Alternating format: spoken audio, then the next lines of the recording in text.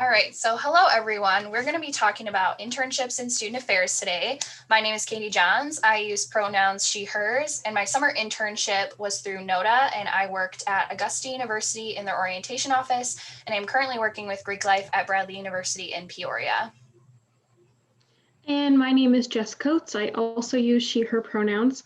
My summer practicum was at Heartland Community College developing a leadership program. And my current practicum is with Millikan University in their campus life office. So first thing in your search is you want to know why you're looking for an internship. Are you looking for just the experience to add onto your resume? Is it a class requirement? What are the credits involved and things like that? If you don't need it for your program, make sure that you think about your time commitment if it's just a voluntary position, because you want to make sure that you're focusing on the things that you have to do for your program. All right, so the next thing we want to look at is where do you want experience? So when you're thinking about where you want to intern, think about the functional area. Do you want to work in the same area, but maybe just at a different institution? You can think about if you want to stay at your institution or possibly go to another one, whether that's face-to-face or virtual. Since virtual is now an opportunity. Also thinking about small versus large institutions and public versus private. And then also thinking about what do you want from the experience. So again, thinking about if you want more experience in a certain area that you know. So if you currently work at Greek life, do you want to work in Greek life at another campus to see how maybe a smaller or larger office functions? Or do you maybe want new knowledge in an area which you're unfamiliar with if you're trying to explore your interests or just gain some outside skills?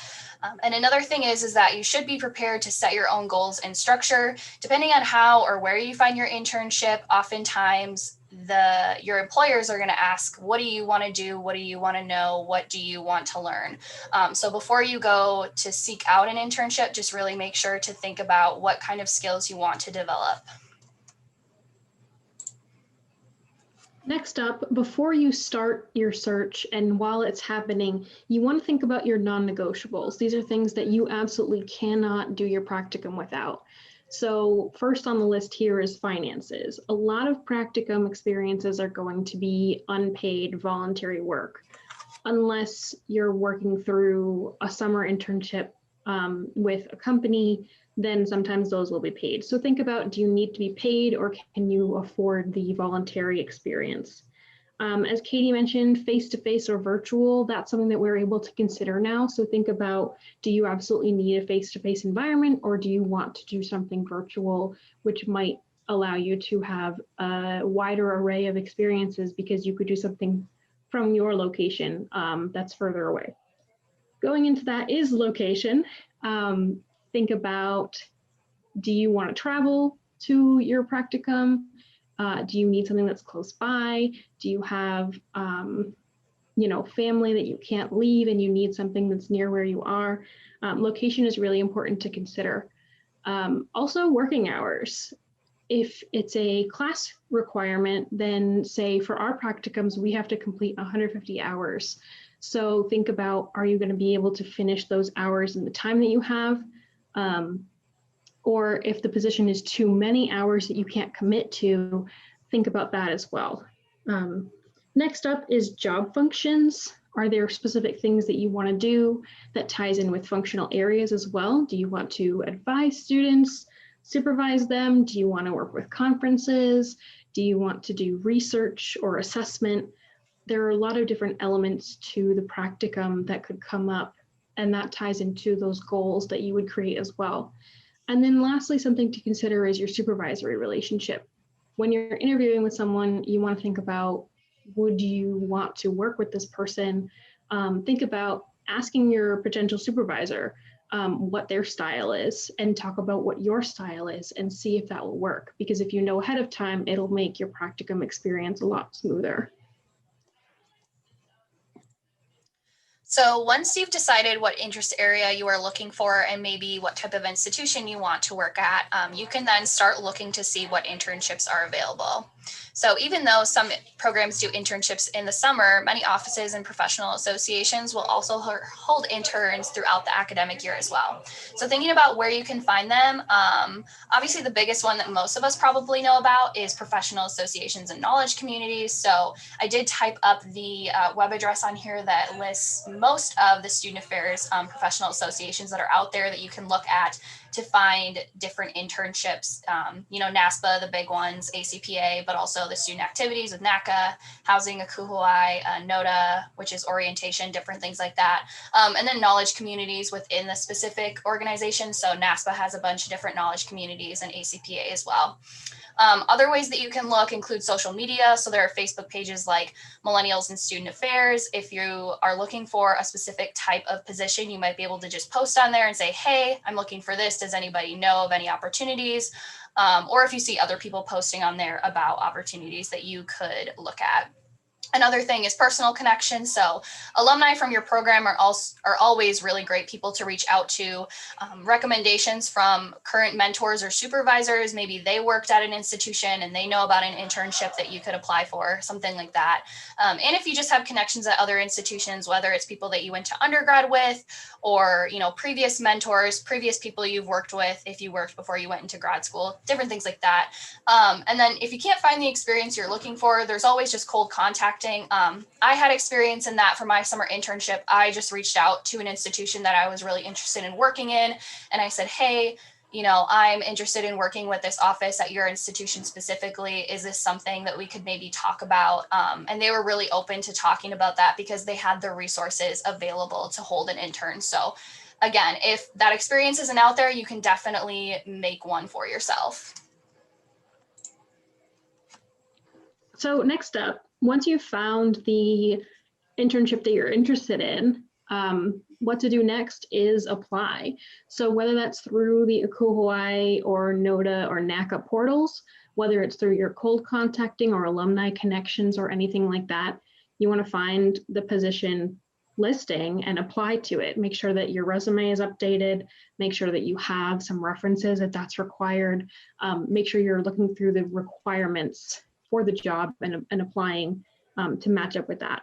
And then make sure that you're reaching out and following up through some of the other organizations. There's a more strict communication system in the actual site. So like ACUHUI, you can message the place that you've applied for through their system, and instead of doing it outside on your personal email.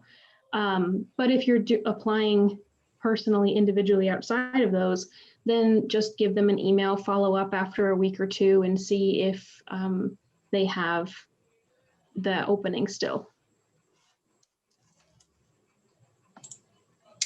And so after you've kind of reached out or applied for the internship, the next step would be, the interview. Obviously, if you're going through a more formal process, like they typically do with NODA and ACUHUI and NACA, those are definitely going to have interviews.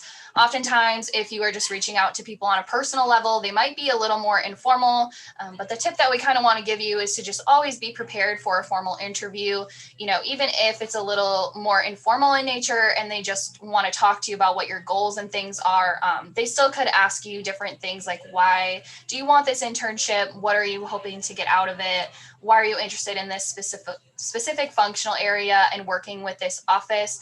So it's kind of always good to just have those sort of pieces in mind before you go into any sort of interview or talking with a potential supervisor about an internship experience.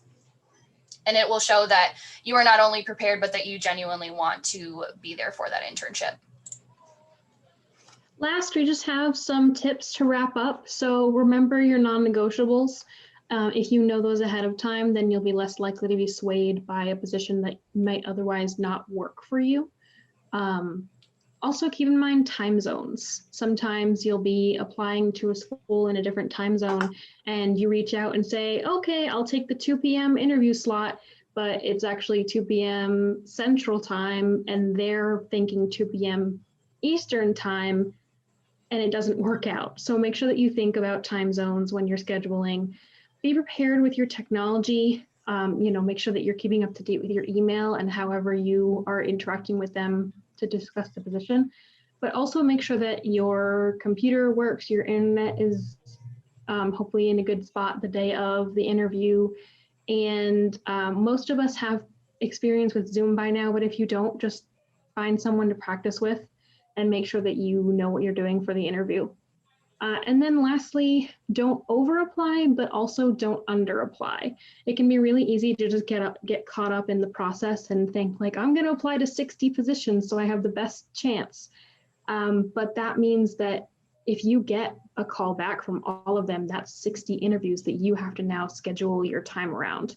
So go with a more reasonable number, go with 20 or something like that, maybe 15, honestly. And then if it turns out that you're not getting a lot of calls back, you can always apply for more positions later. You can't take away your applications as easily. And just remember that even though this is a stressful experience, you are gonna find a practicum and you're gonna do great.